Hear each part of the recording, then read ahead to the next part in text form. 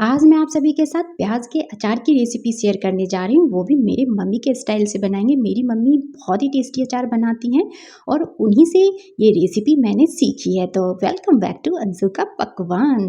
तो मैंने यहाँ पे 1 केजी ओनियन ले लिया है, प्याज जिसे मैंने छील लिया है। तो प्याज की मात्रा को आप यहाँ पे बढ़ा भी सकते हैं, कोई दिक्कत वाली बात नहीं है। तो मैंने 1 केजी ओनियन को अच्छी तरह से छील लिया है और यहाँ पे मैंने ले लिया है लहसुन की कलियाँ। तो गार्लिक क्लोव्स ले लेने हैं और उसके छिलके को भी हमें हटा लेने हैं।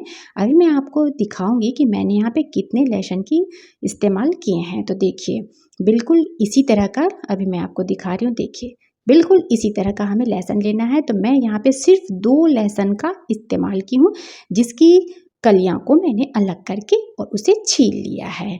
फिर यहाँ पे मैंने ले लिया है ग्रीन चिली। तो ग्रीन चिली हमें बिल्कुल ही फ्रेश लेनी है, ख़राब नहीं होनी चाहिए, इससे आपके अचार जो हैं ख़राब हो जाएंगे। इसे भी अच्छी तरह से वॉश करके सूखे कपड़े से पोंछ लेना है और इसके बैक पार्ट्स के डंठल को हमें तोड़ लेना है। यहाँ पानी की मात्रा बिल्कुल भी किसी चीज़ में नहीं होनी चाहिए।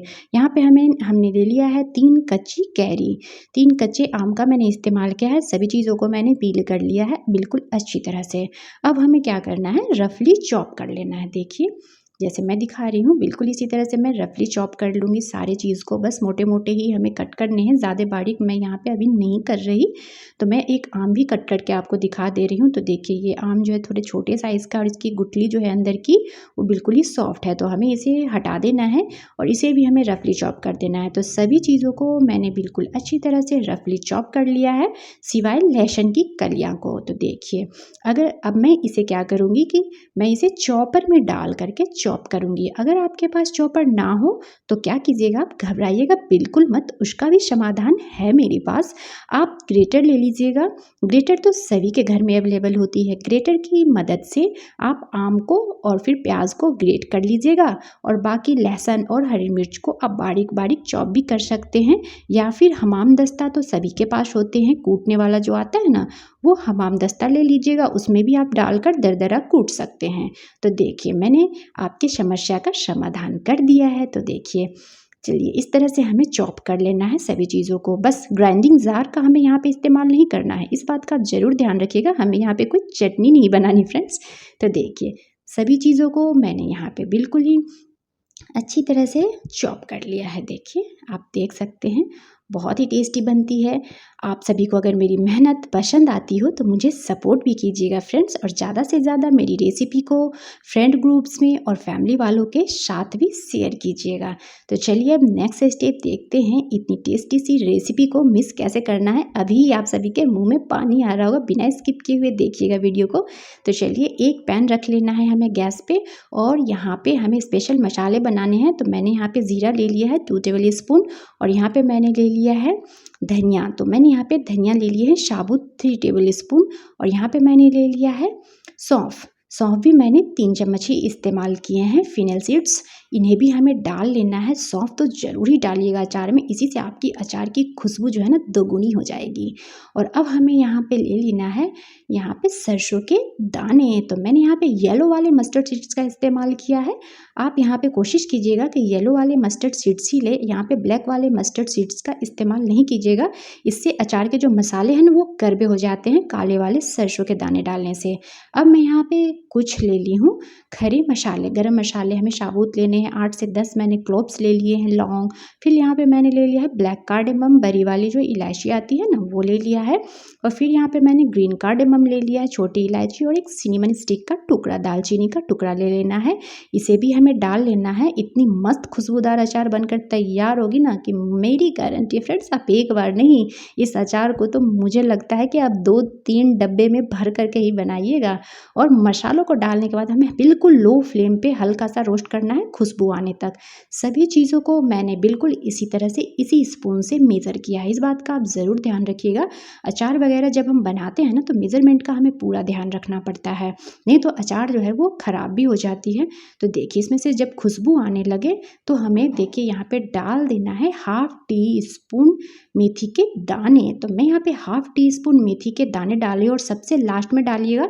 मेथी के दाने को हमें पहले नहीं डालना है, इससे जो है ना मेथी के दाने जब जल जल जाएंगे तो ये मसालों में करवाहट छोड़ देगी। और इसे भी हमें हल्का सा बस रोस्ट करना है, डालना है, बस एक बार मिक्स कर लीजिए और उसके बाद हमें यहाँ पे गैस को ऑफ कर देना है। तो चलिए मसाले हमारे भुन चुके हैं, मैंने यहाँ पे गैस को ऑफ कर दिया है और अब मैं इसे ठंडा होने रख देती हूँ।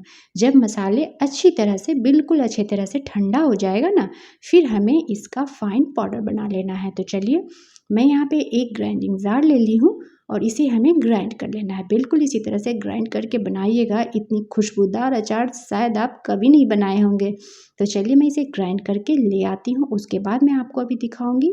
देखिए बिल्कुल इस तरह से हमें ग्राइंड कर लेना है। देखिए पाउडर भी हमारा बिल्कुल ही अच्छी तरह से फाइन हो चुका है मसाला। तो चलिए अब नेक्स्ट स्टेप देखते हैं। तो मैंने यहाँ पे ले लिया है अचार, जो भी हमने सामग्री को काटा था उसमें हमें डाल लेना है नमक। तो मैं यहाँ पे 4 टेबलस्पून नमक का इस्तेमाल कर रही हूँ।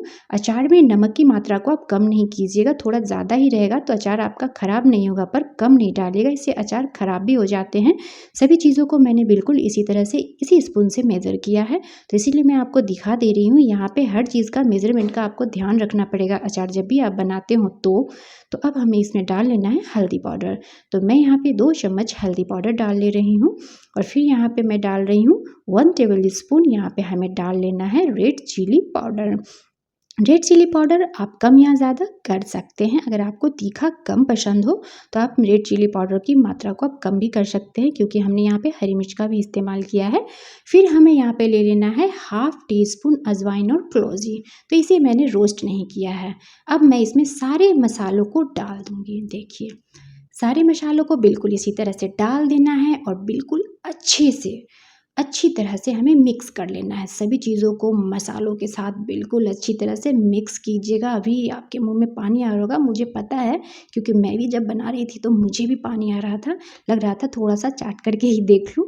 तो देखिए इतनी खुशबूदार ये अचार आपकी बनेगी ना कि बहुत ही टेस्टी लगेगी खाने में भी। और बस एक बात का आपको ध्यान रखना है कि जिस भी स्पून का आपको यहाँ पे इस्तेमाल करना है वो स्पून बिल्कुल भी गीला नहीं होना चाहिए, नहीं तो अचार बनने से पहले ही ख़राब हो जाएगी। और बड़े बर्तन का आप अचार बनाने के लिए इस्तेमाल कीजिएगा। जब बड़ा बर्तन होगा ना तो अचार को मिक्स करने में भी आपको कोई परेशानी नहीं होगी। तो इसी तरह से कोई भी चौड़े मुंह का बर्तन लीजिएगा बड़ा, जिसमें जब इसमें जो पानी रिलीज़ होगी ना, वो पानी को सूखने में भी ज़्यादा दिक्कत नहीं आएगी। अगर आपके यहाँ धूप आता हो तो इसे 1 दिन के लिए आप धूप में रख दीजिए, ताकि इसका जो भी पानी निकलेगा वो सारा सूख जाएगा। अगर धूप नहीं आती हो तो कोई दिक्कत वाली बात नहीं है, गर्मी का मौसम है तो पंखे के नीचे कोई बड़ा सा थाल ले लीजिए, प्लेट, और उसमें फैला कर रख दीजिएगा, इसका पानी सूख जाएगा। तो चलिए अब नेक्स्ट स्टेप देखते हैं। अब हमें यहाँ पे ले लेना है एक पैन, उसमें हमें डाल लेना है ऑयल। तो अचार वगैरह में जब ऑयल अच्छे से डलता है तभी अचार टेस्टी बनती है। तो मैं यहाँ पे 2 कप सरसों का तेल का इस्तेमाल कर रही हूँ। मस्टर्ड ऑयल का हमें यहाँ पे इस्तेमाल करना है, सरसों के तेल में ही अचार बनाइएगा। और इसे बिल्कुल धुआंधार हमें गर्म कर लेना है। देखिए जैसे इसमें से धुआं निकल रहा है ना, बिल्कुल इसी तरह से। और इसके बाद इसे हमें हल्का सा ठंडा होने देना है। तो चलिए मैं गैस को ऑफ कर लेती हूँ। अब इसे हल्का सा ठंडा होने देंगे, तब हमें इसमें डाल लेना है 1/2 टीस्पून हींग ज़रूर डालिएगा। तो चलिए जब ये हल्का ठंडा हो गया है तो मैं इसमें 1/2 टीस्पून हींग भी डाल ले रही हूँ। हींग डालने के बाद हमें इसे पूरी तरह से ठंडा होने देना है तेल को। तो चलिए जब तेल हमारा पूरी तरह से ठंडा हो जाएगा फिर हमें इसमें अचार में डाल देना है। तो चलिए मैं सारे तेल को अचार में डाल दी हूँ। अब आपको लग रहा होगा कि इसमें तेल की मात्रा कम है, तो नहीं फ्रेंड्स, इसमें तेल की मात्रा बिल्कुल भी कम नहीं है, क्योंकि मैं अभी इसे तेल को अच्छे से मिक्स कर लूँगी। और मेरे यहाँ धूप आती है तो मैं इसे 2 से 3 दिन अच्छी तरह से धूप दिखा दूँगी, क्योंकि प्याज का अचार है। तो आप कोशिश कीजिएगा कि अगर आपके यहाँ धूप आता हो ना तो इसे आप 2 से 3 दिन बढ़िया वाली धूप दिखा दीजिएगा, तो इसकी सेल्फ लाइफ भी बढ़ जाएगी। और ये अचार को आपके अकॉर्डिंग जितने भी साल स्टोर करके रख सकते हैं, इसे आराम से रख सकते हैं। बस आपको ध्यान रखना है कि पानी के हाथ से नहीं छुइएगा। अचार वगैरह को पानी के हाथ से नहीं छुआ जाता है। अब हमें यहाँ पे कोई भी सूखा जार ले लेना है, बिल्कुल ही जार जो है ना सूखा होना चाहिए।